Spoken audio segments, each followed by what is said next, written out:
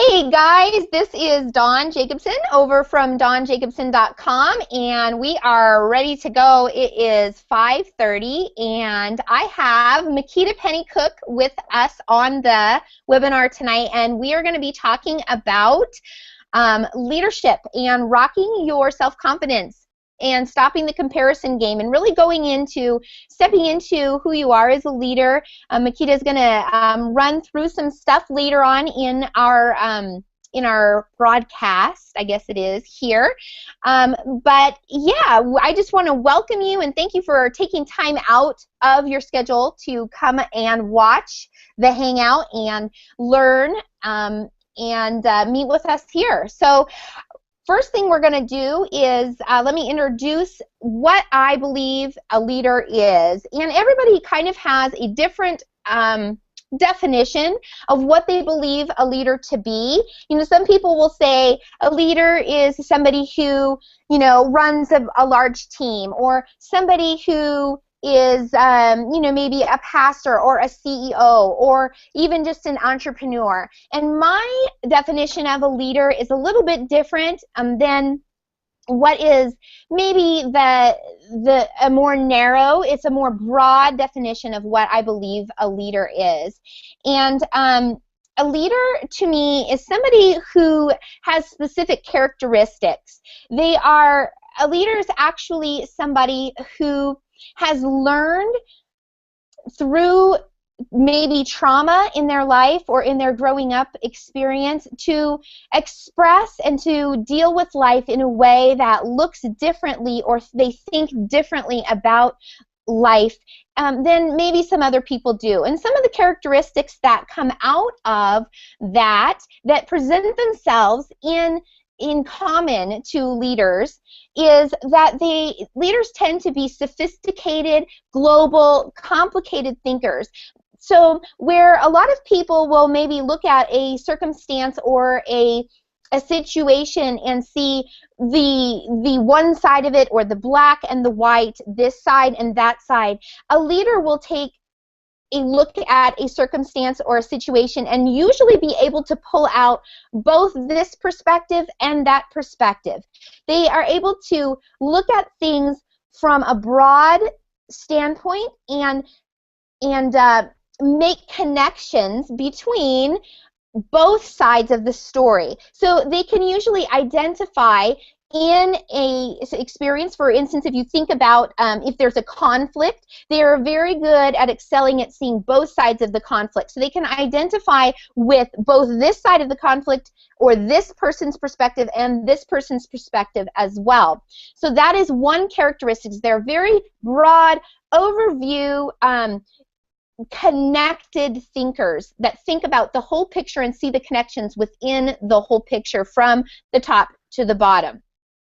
Another aspect is that leaders generally have a heightened capacity for beauty, and they deeply experience life. Nothing is ever just, you know, what it is to somebody that is a leader. They usually will look at an experience that they've had, or even seeing something on television, you know, looking at the plight of maybe somebody in a third world country, and they'll be deeply, deeply affected by that, and so that the fact that they can even get to the point of shedding tears over something that they are somewhat disconnected from just by thinking about that. So they have, again, that ability to connect across the board globally. So they're thinking about humanity and their part in humanity on a global, or a whole story-based perspective.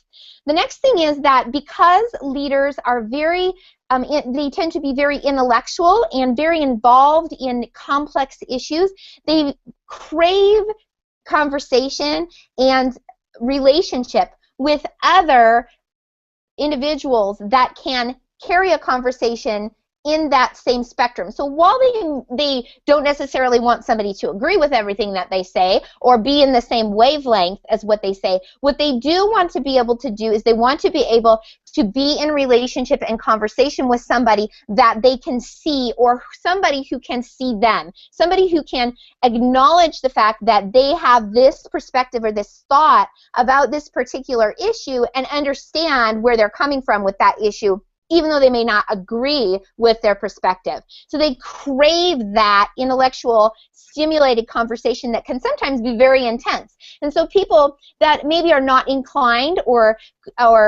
created to be influencers and leaders, and not that that is a bad thing or that leaders are better, it's just different.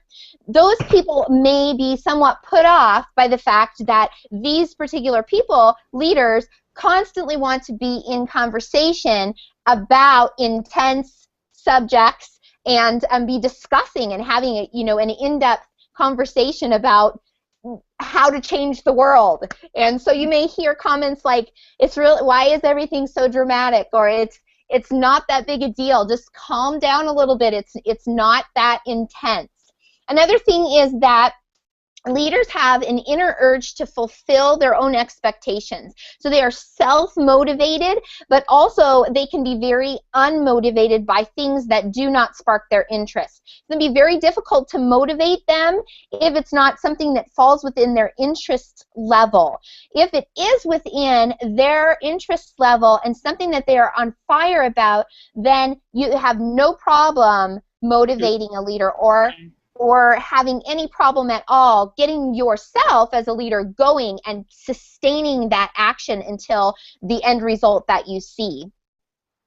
They're also, as I mentioned, very future thinking, and they can accurately, on many, many, many occasions, accurately predict the outcome of what's going to happen, whether that is in a relationship, in a business, in any type of circumstance. Well, they may not, I'm not saying that they're fortune tellers where they're like, oh, this is going to happen and that's going to happen, but they can look at a situation and look down the road and say, you might actually watch out for this, that, and the other thing, because I can see that coming. And that is a fantastic thing, although there are some drawbacks to that ability. And one of the main drawbacks, I don't want to get too much into this because that's a subject for a whole nother webinar, but one of the drawbacks to that is that when a person who is not in a leadership role but is actually a leader points out those types of things that they see down the road, first of all, they're not always accepted. And second of all, it can end up backfiring onto that person because now you have pointed out something and they may not respect you for the fact that you see those things, but when those things do come to pass, then they go, oh my gosh, that person said this was going to happen, or they brought this up. And so now there's a correlation between what you may have talked about or seen or shared. And so the other thing that it can do is it can get you into trouble when you are not in a role where you are functioning or expected to function as a leader, because it can threaten people that are in authority over you, and that can be very stressful as somebody who is a leader. And that is something that I think specifically women leaders deal with. I can't speak for men. I'm not a man, but a man, or a man. I'm not a man. But I think that, that is something that I do hear a lot, and from my research from women leaders is that, being respected for the role that they're in and the future foresight that they see can be a complicated thing.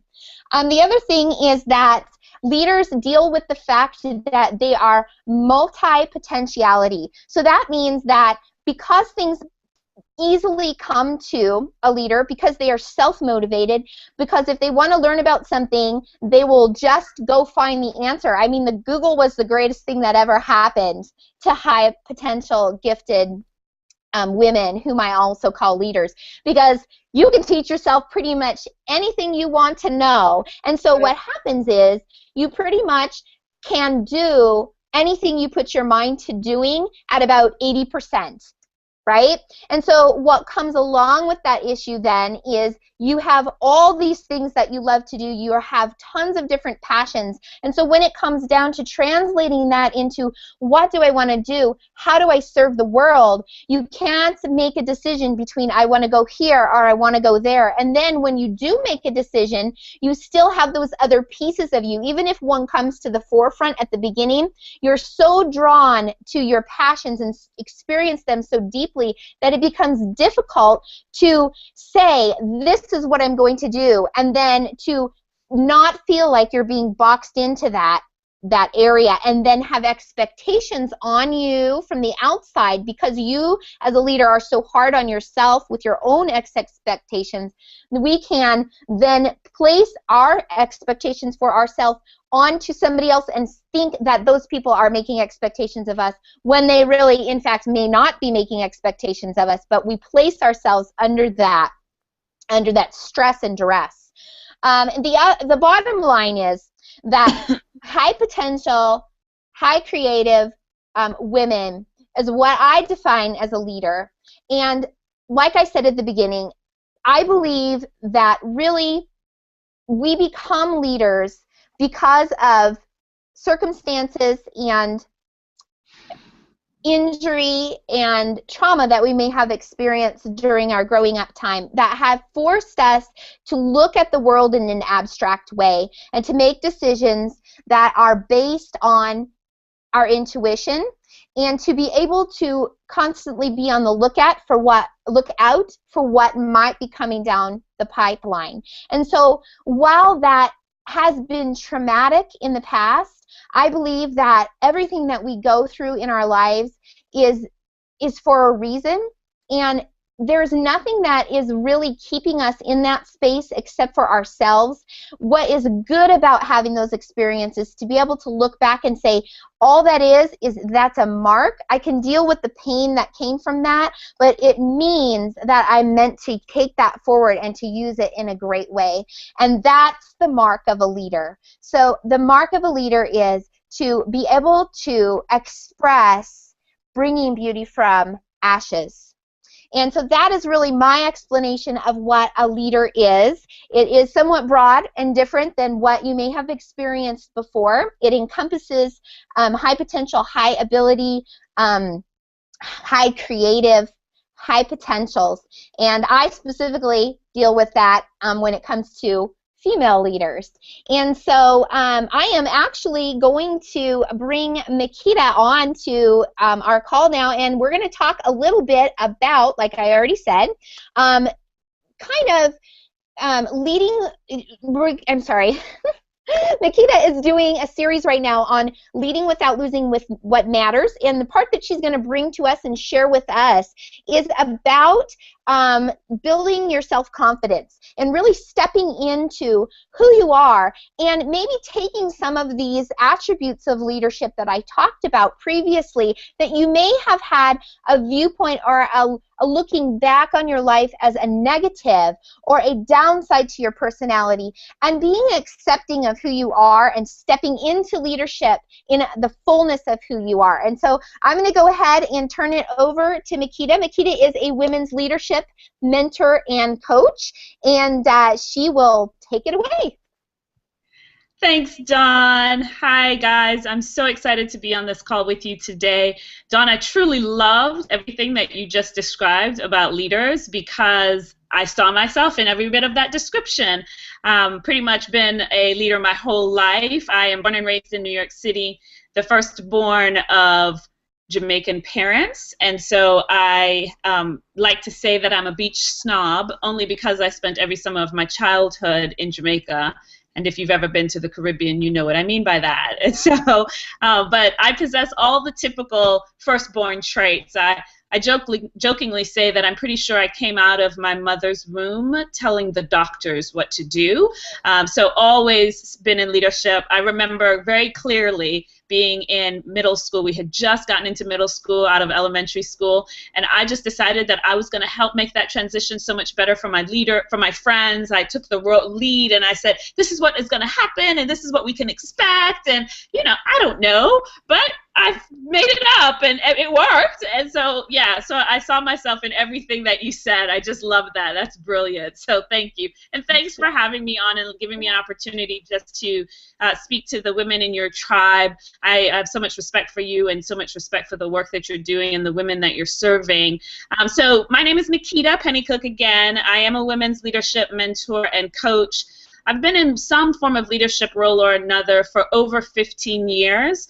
The last 6 years of my career was spent as the executive pastor of a church that I helped plant 12 years ago. So I spent 6 years leading as part of the executive team, and I was third in command at that organization and spent a lot of time developing and working with women leaders. And what I discovered along the way is that after all those years of developing and leading women, I discovered that the typical rules of leadership just don't work for women. We are being asked to become someone who we are not, or we're being asked to sacrifice and give up the things that are important to us, all in the name of being a good leader. And so I just decided to call BS on that, and I'm committed to empowering women to redefine leadership and write their own rules for success. And so that's the bulk of my work and what I'm really committed to doing. And I'm excited to share with you guys tonight about building self-confidence, because a lack of self-confidence was something that I dealt with when I first stepped into the role as the executive pastor, well, early in my leadership career, but it really showed up when I became the executive pastor. I stepped into a role that there were very, very few women in, and no African American women. The role of an executive pastor is typically held by middle-aged white men. And I like to say I can pull off a lot of things, but I can't pull off being a middle-aged white man. And so I wrestled with feeling very alone and having to figure it out on my own and feeling like there wasn't anyone who could help or support me. Eventually, I was able to find a small group of other women executive pastors and really got a chance to connect with them.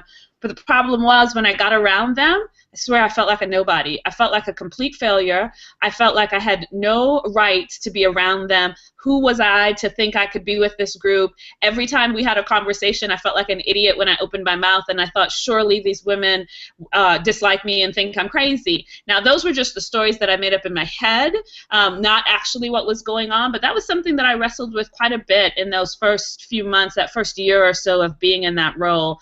Eventually, I learned a few tricks to help increase my self-confidence, and that's what I wanted to share with you and your team tonight. So I'm just going to dive right in. I think when it comes to self-confidence, there are really 3 things that I want to share that can help you really skyrocket your self-confidence so you can stop second-guessing yourself and, like Dawn said, really step into who you're supposed to be and the gifts you're meant to give into the world. And so the first thing that I would say is that you have to change the self-talk that's happening in your head.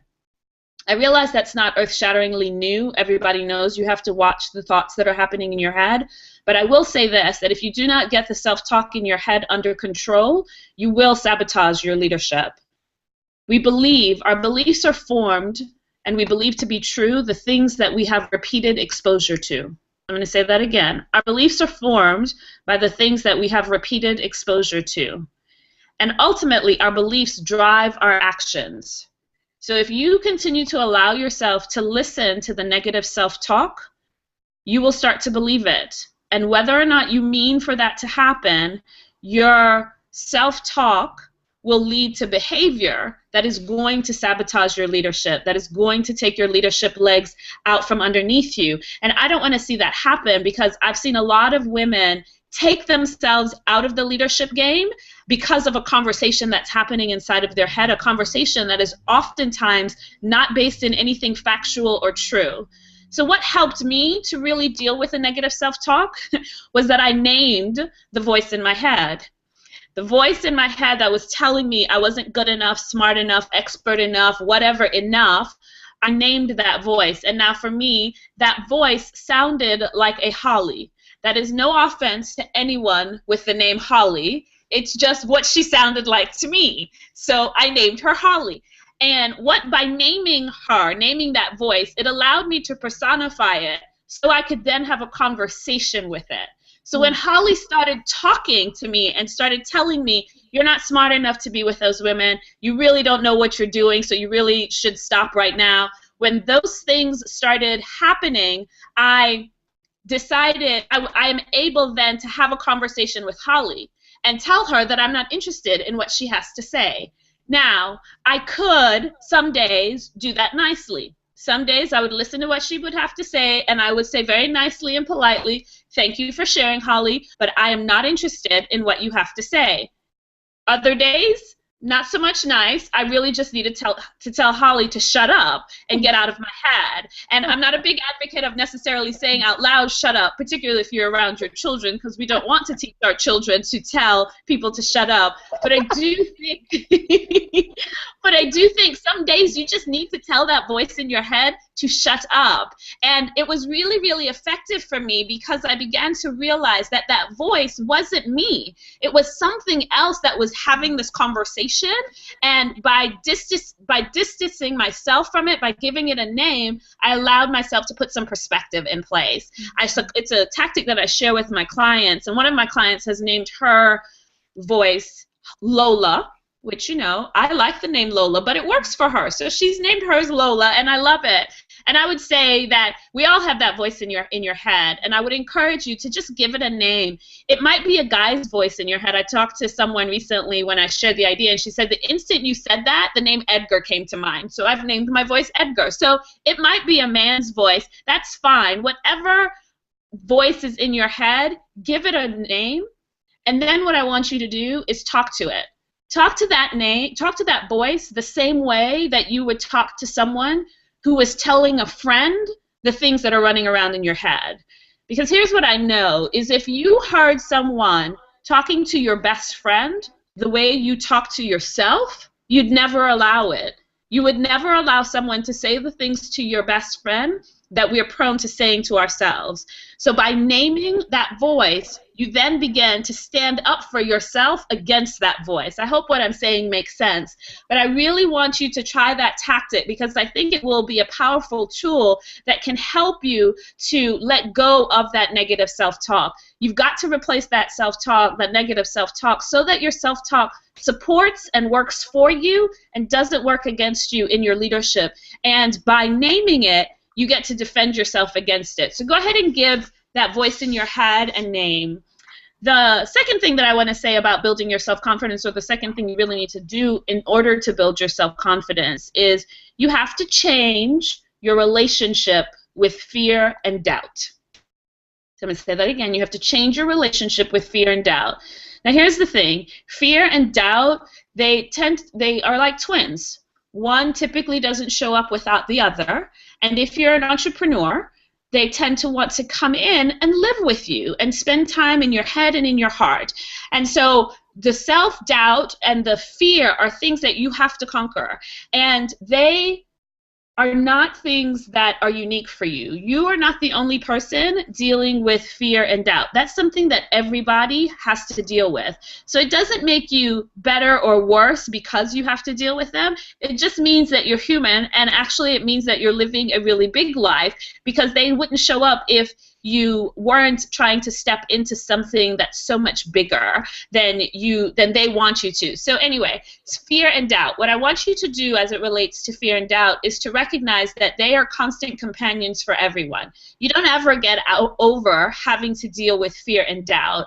In The Art of War, no, flip that. The War of Art. I swear I do that every time I quote that book. The War of Art by Stephen Pressfield. Fantastic book. If it is not on your reading list, you need to put it on your reading list, because it's a fantastic book. As an entrepreneur, as a creative, like Dawn described, that's the kind of book that you need to be reading. But in that book, Stephen tells the story of Academy and Emmy Award-winning actor Henry Fonda, Jane Fonda's father. So he's a little bit older, but he's an older gentleman.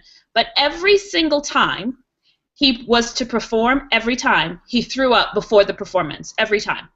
And he was doing that well into his 70s. Long after he'd won his 3 Emmy Awards, long after he'd won his Academy Award, every single time he had to perform, he threw up. Fear and doubt showed up consistently. But what Henry Fonda did was he didn't let them stop him. He showed up and did his work anyway, which is the big thing that Stephen talks about, is showing up and doing your work anyway, and not letting those things stand in your way. So you have to figure out a way to change how you relate to fear and doubt. And one of the things that I like to do is to think of it as, rather than seeing the fear and the doubt as a bad thing, I would encourage you to think of it as an invitation. So what do I mean by that? What I mean is that in the Hebrew, which I love the Hebrew language, my tattoo, I have a tattoo, and it's the one tattoo that I have, it's in Hebrew. But in the Hebrew language, there are many words for the word fear, but two in particular there are two types of fear that the Hebrew Bible really talks about. The first is the type of fear that shows up because of the stories that you've made up in your head. So you have a scenario that's running around in your head, and because of that story that you're telling, one that's not based in fact or not based in any kind of truth, fear shows up for that. So that's one kind of fear. That's typically the kind of fear that we're having to deal with. The other kind of fear is the kind of fear that shows up when you are occupying a space that's bigger than the one that you're used to occupying. So it's when you are about to occupy, or you are occupying a space that's bigger than the one that you're used to occupying. For most entrepreneurs, women entrepreneurs and women leaders, that second type of fear is the kind of fear that the majority of the time that you're faced with. And so what I want you to do is think of that fear as energy. So it's like standing outside of an arena. If you've ever been to a concert or anything that's happened inside of a really big arena, before you walk into the arena, before you open the doors to the arena, you can feel the energy coming at you from inside the arena.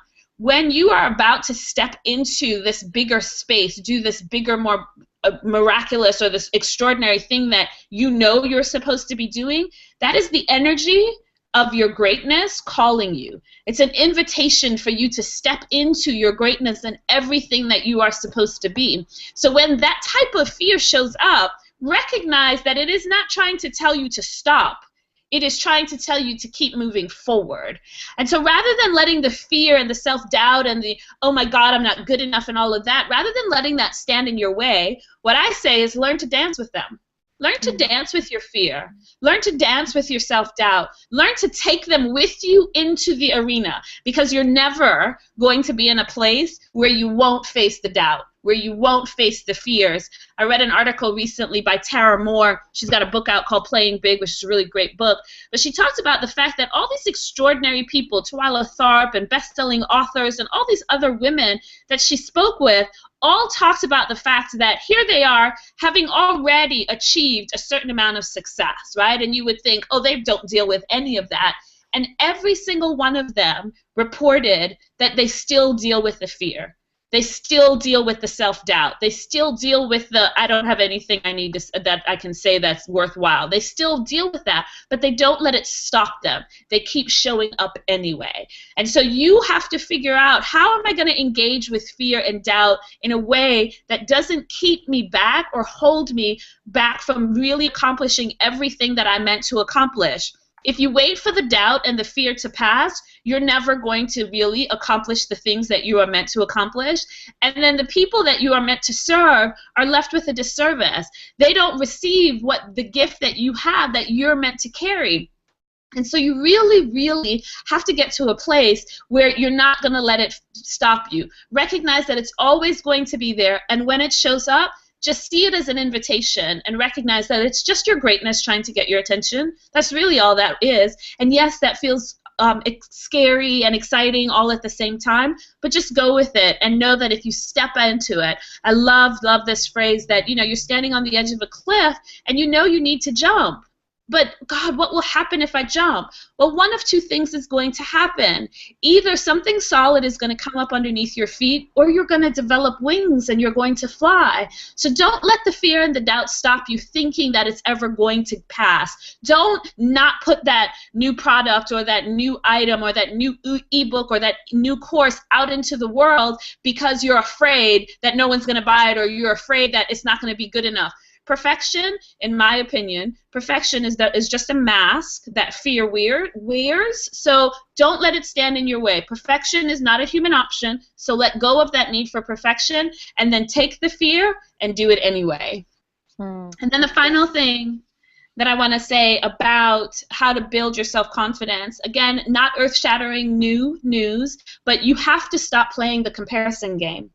If you do not stop playing the comparison game, you're doing yourself and everyone around you a disservice.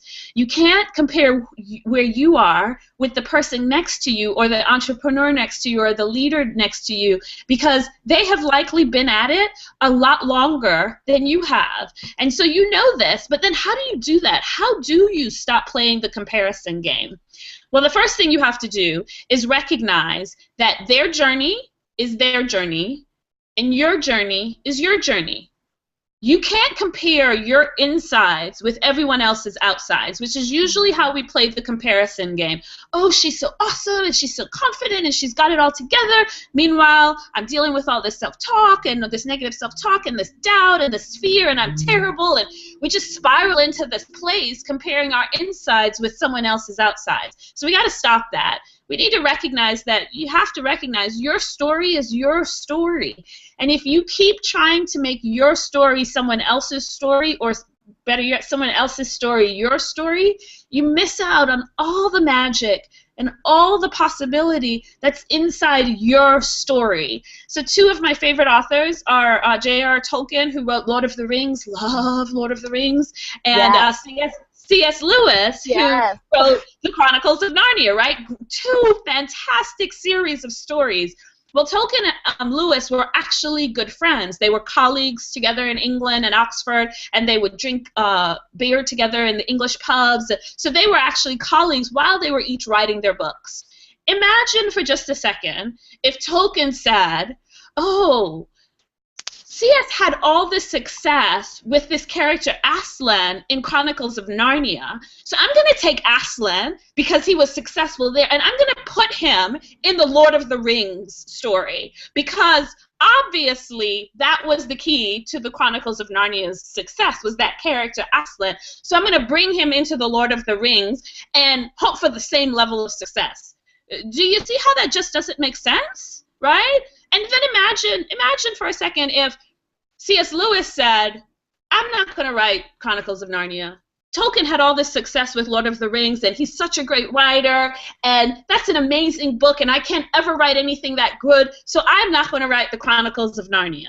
I mean, just think about that for a second, right? So if you think about that analogy, you'll recognize what happens when you decide that you're not going to do something because someone else has done it, or you're going to take an element that someone else did and bring it into your story because, well, if they had that success, if I do it, I'm going to have the same amount of success.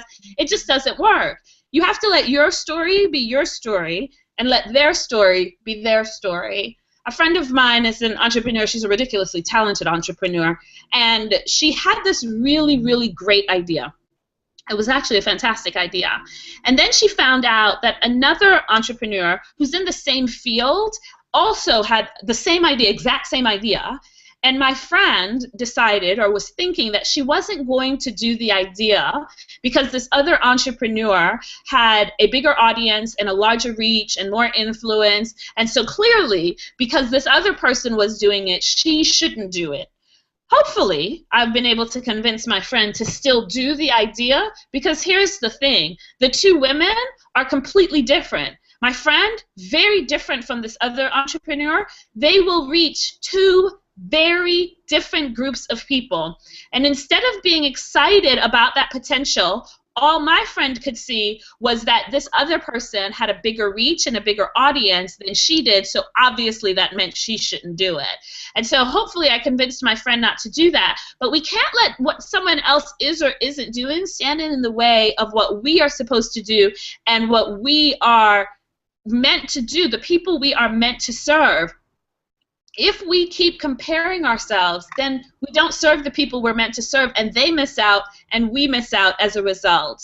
Another thing that you can do to deal with the comparison game and how to stop playing that comparison game is to really get clear about your unique strengths. Emphasis on the word unique. You have to get really, really clear about the things that make you unique. I remember a time in my career when I didn't think I was anything all that special. And I genuinely believed there was another woman in our organization who was way better in my mind's eye. Holly was in full control of my self-talk at this point. But I believe she was better, more organized. I felt like overall she was way better at my job than I was. I was convinced, very much convinced, that if they took me out of the position and put her in the role, the organization would never miss a beat, and it would just keep moving and probably keep moving better. I had so told myself that story that I was convinced that at some point my bosses were going to figure that out and they were going to fire me and hire her. That never happened because it was just a story I had told myself. What helped me stop doing that was, as I started to get Holly under control, right, and got my negative self-talk under control, I began to see how my unique gifts and my unique wiring, my unique personality, and even my unique quirkiness, all of it about me, I began to see how those things helped make our organization as efficient as it was and as good as it was and really be as successful as it was. And I realized that if I wasn't there, the organization would probably still be successful. It would just look different. So I began to recognize how I uniquely added value. So my question to you is, how are you adding value in your business or in your company? How are you unique? And how is your company unique from everyone else? And it's not a question about saying this is me versus this is them. This is about saying this is me. This is who I am, right? And this is how my business is. And these are the things that make us unique, right? All entrepreneurs know about finding your unique value proposition. It's about more than just that. It's about what it is about you that makes you really good at this thing that you're doing. Whether you're an entrepreneur or you're leading a team or you're overseeing a nonprofit, name that. Put it down on paper so you can see it. And if you're having a hard time coming up with that list, then ask someone close to you, because I bet they'll have no trouble rattling off that list to you. So write down those things. I encourage you to see if you can't come up with at least 10 things that make you unique. If you really are struggling with 10, you need to try for at least 5, but 10 would be better. Put them down on paper, and then I want you to take that list and share it with someone close to you.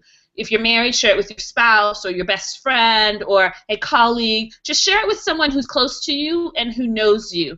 And the reason why I want you to do that is because there is going to come a time when you are going to spiral into the I'm terrible, I'm awful, I'm going to fail, I'm never going to be a success, and I'm just an awful human being. When you get into that space, that person can remind you of just how awesome you are. One of my favorite quotes says that a friend is someone who knows your heart song and can sing it back to you when you've forgotten the lyrics. And by giving and sharing your list with someone else, someone that's close to you, you give them an opportunity to remind you of your heart song when you've forgotten the lyrics. So that's your homework from our little webinar today. You've got to make a list, at least 10, 5 if you really can't come up with 10, but really, really strive for 10, and then show that list to someone that's close to you and give them the opportunity to remind you of that when you get into a negative space. Listen, what I'm about to say, I don't say lightly or flippantly, right? But here's my conviction. The world needs you. We need you. The people that you serve need you to show up, the real you. Not the you think you need to be or the you that other people are telling you you need to be, but we need you to show up. We need your gifts to show up. And my deeper conviction is that our global community and the survival of our global community is dependent on women taking their voices and bringing their full gifts to bear on the world. So whatever that looks like for you, I just want to encourage you, we only get one chance at this life. There is no do-overs here, no mulligans, right? This is all we get. And so I want to encourage you, show up. Do not dampen your light. Do not let anyone convince you that you're too much or you're not enough or whatever stories might be in your head. Don't let any of those things get in the way of you bringing your full gifts and your full person to bear on this world. I'm going to end with a favorite quote of mine from Mary Oliver. It is actually a question that I want to ask you. And that question is, what will you do with this one wild and precious life that you've been given? I hope that you will choose to stand up and let yourself be seen and heard. Thanks so much for letting me hang with you guys. I really appreciate it. Dawn, I'm going to turn it back over to you. Thank you so much, Makeda. That is amazing, and I actually just saw that quote the other day on my Twitter feed and was like, oh my gosh, I love it. I love it. I love it. Yeah, so it's awesome. It's a great quote. It really is. It is. It's fantastic. And, you and I are on such the same wavelength with, what we're trying to bring out in the world and the tribes that we have been given responsibility for. And it's just great. I just want to say that it's great to be on call with you today. I did want to ask you what your tattoo says. Sure. There it is. Can you see that? Yeah, I can see it, yes. So what does it say? What's the translation? Yeah, it's the Hebrew word homet, and it is the translation for the word courage. Very cool. Yeah, every year I pick a word. I don't do resolutions. I pick a word to embody my year, and 2011's word was courage, and I felt like I needed to get that tattooed. No, I have not tattooed every word since then, but that year I felt like I needed to. And it serves as a little talisman. When it gets to be too hard, I just rub my wrist. Okay, you can do this. It's going to be fine. So, yeah. That's awesome. That is awesome. I love it. I love it. And I have a deep love and respect for the Hebrew language too. So I can totally relate to that. And one of the questions that I wrote down, which is a great lead-in for when we had some space, was when have you felt the most courageous in your life? One of the times. Yeah. Honestly, I think that so in 2014, I stepped down from my position at the church and started my own business. That was a journey that was 2.5 years in the making, and that was probably one of the most courageous things that I did because I had a good job and I had a lot of influence on my job and I had a lot of authority and so it was just I had it good. I really did. And then I really sensed that I needed to make this change, and I would say that was probably one of the times that I felt like I was really, really courageous. I think that when I did that, because what happened by stepping down from that position, it wasn't just that I left my job, I left my faith community, and I had to because I was such an integral part of the church that the church needed to find a rhythm that did not include me. For 12 years, I was everybody's go-to person. So they needed to find a rhythm that didn't include me. And I needed to find a rhythm that didn't include them. So not only did I lose my job, but I also lost my faith community, and I ended up losing a lot of connections as a result of that. So it wasn't just simply walking away from a career. It was literally walking away from my life and having to start over again. And so, but that's not the first time that I've done that. So someone once challenged me to write my story in 6 words, and the sentence I came up with was brave, always willing to take risks. And that's been the story of my life. I've always been willing to take risks that don't make sense, and stepping down from a very successful, lucrative, influential, for the most part easy career to start the entrepreneur journey, that is crazy. So there's no other way to describe that except crazy. Yeah, yes, yeah, I can totally relate to that for sure. And from my perspective, leaving the university position that I had as a communications consultant and really going all in to what I felt like I needed to do with my time here and the rest of the time that I had was such a big part of it motivated me. And again, it goes back to that self-motivation. It's like, okay, this is the direction that I see I need to go as a leader. This is what I understand is important to me. I know I only have X number of years left on this planet. And so how am I going to make the biggest impact possible? And like you said, stepping into the fullness of that and confronting these things and really it's a responsibility, I think, that we have as leaders, because we have been given the gifts that we've been given and been through the circumstances, however traumatic some of them may have been. We have been brought through that to the other side for a reason and for a purpose. And there, I believe that there's everything in our life wants to keep us under the rug, and it's our responsibility to step up into that place and to fully express what it is that we're here to do, because if we don't do that, you know what, the world misses out and we miss out. It does. I definitely agree. And what I would add to that is that our comfort zone, nothing magical happens in our comfort zone. Nothing. All the magic happens outside our comfort zone. And I heard Tara Moore again. I love her, but she said that our doubts and our fears stand as a guard at the edge of our comfort zone, trying to keep us safe. It thinks it's keeping us safe, right? Because you got to stay in the comfort zone in order to be safe. But that, I think, is the kind of fear, that first kind of fear that I talked about, the one that comes as a result of the stories we tell ourselves.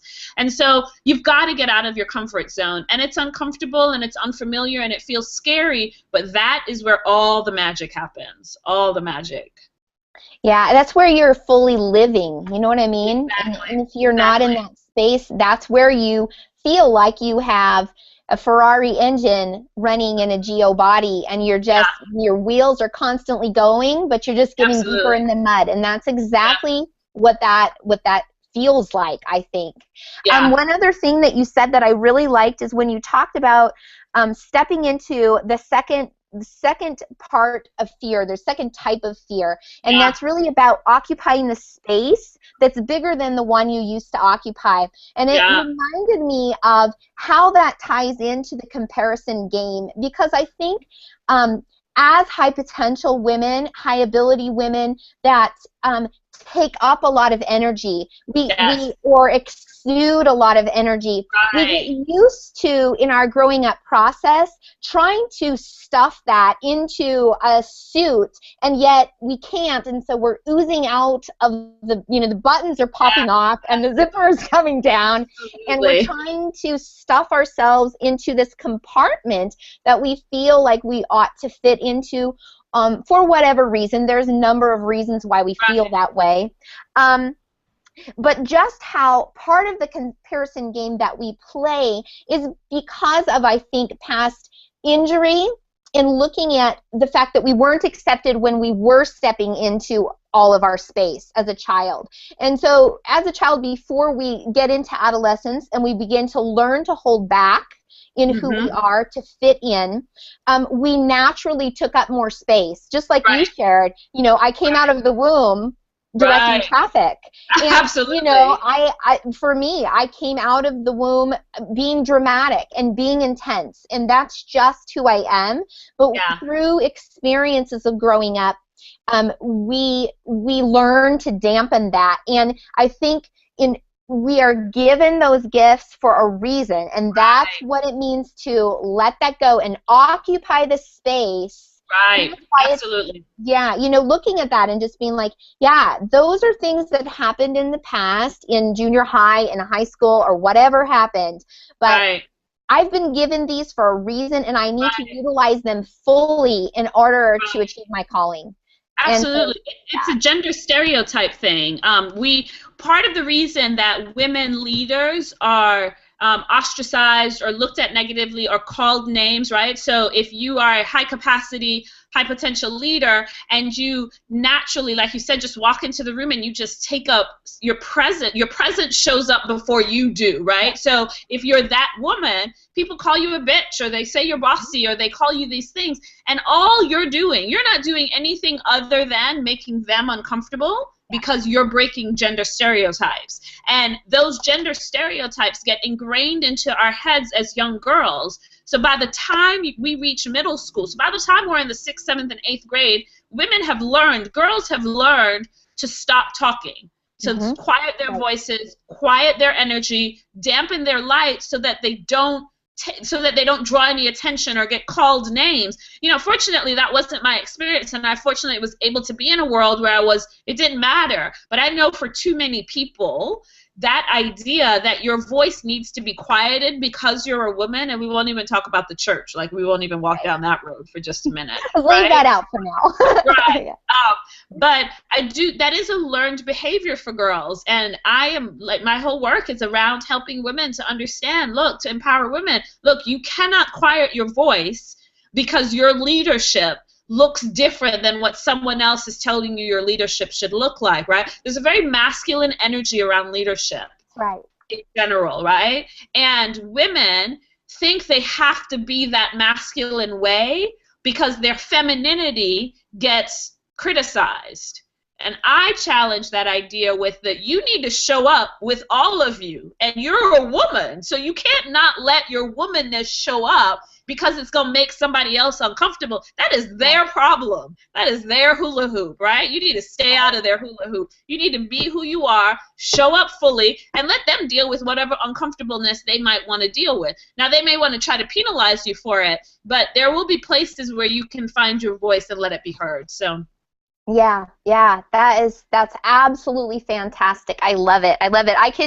We could go on this webinar forever, just you and I just talking about this stuff. Right. This is fabulous. But hopefully you guys have really, really enjoyed what we have been talking about. I just said I totally enjoyed it, and I loved having Makeda on as a guest. I'm going to have her again. We're definitely going to have to do more of this. Yeah, that's kind of just it. We just wanted to bring value to you tonight and really, help you to understand, maybe if you haven't understood yourself to be a leader, or if you have understood yourself to be a leader, to maybe reframe some of the things that you have been challenging or have challenged you, some ways of looking at things that are maybe not quite the best frame of mind to look at the way that you've been made and the gifts and talents that you carry within you, and how to practically take some steps to step into that fully and to really go after it and go after your calling and pursue your purpose and make a difference in the way that you are equipped to do in this world. Absolutely. And so if you'd like to get hold of Makeda, you can do that at, let me see here, I'm going to let you give your email address because I can't find it on my paper. Certainly, yeah. You can go to my website. It's makedapennycooke.com, and then my email is makeda@makedapennycooke.com. And my name is spelled, Dawn, I'm sure you'll put it somewhere, but it's M as in Mary, A-K-E-D as in David, A. Pennycooke is spelled exactly as it sounds with an E at the end. So PENNYCOOKE.com. And you can just email me. I'd love to chat with you if you had any other questions or you wanted to ask something. I'd be more than happy to answer them. My intent here tonight was just to add value to you guys. Yep. And you have a fabulous name. It just has a total ring to it. The first time I saw your name online, I was like, oh, that is just lovely. I love it. It's fabulous. I love it. Yeah, pretty fond of it myself. Yeah, it's pretty cool. I like it. It's kind of, my name is spelled with a U, so we're original. Right, exactly. So yeah, that's pretty much it. The other thing I do want to share about Makeda is that she does, like I said earlier, have her coaching program coming up, and you can probably get details about that on her website or via email. And so she'll be launching that out soon, and she works specifically with women leaders, and as do I, and you already know me because you are most likely my audience, and so if you don't know who I am and you somehow got onto this webinar, you can check me out at Dawn Jacobsen, or Dawn, DaunJacobsen is how I spell that. I got a little confused there. Anyway, my email is dawn@dawnjacobson.com, or my website is dawnjacobson.com. The other thing that I am going to say, if you do want to get connected with other women in leadership, is I do have an online Facebook group that you are welcome to come and connect in, where we talk about some of these issues and really just collaborate to push one another forward in achieving our callings. And that is at facebook.com/groups/Firefly Women. That's FYREFLYWOMEN. And that's it. Thank you so much for coming to this webinar and call and taking time out of your schedule to listen to us. It was an absolute pleasure. Have a good night. Good night.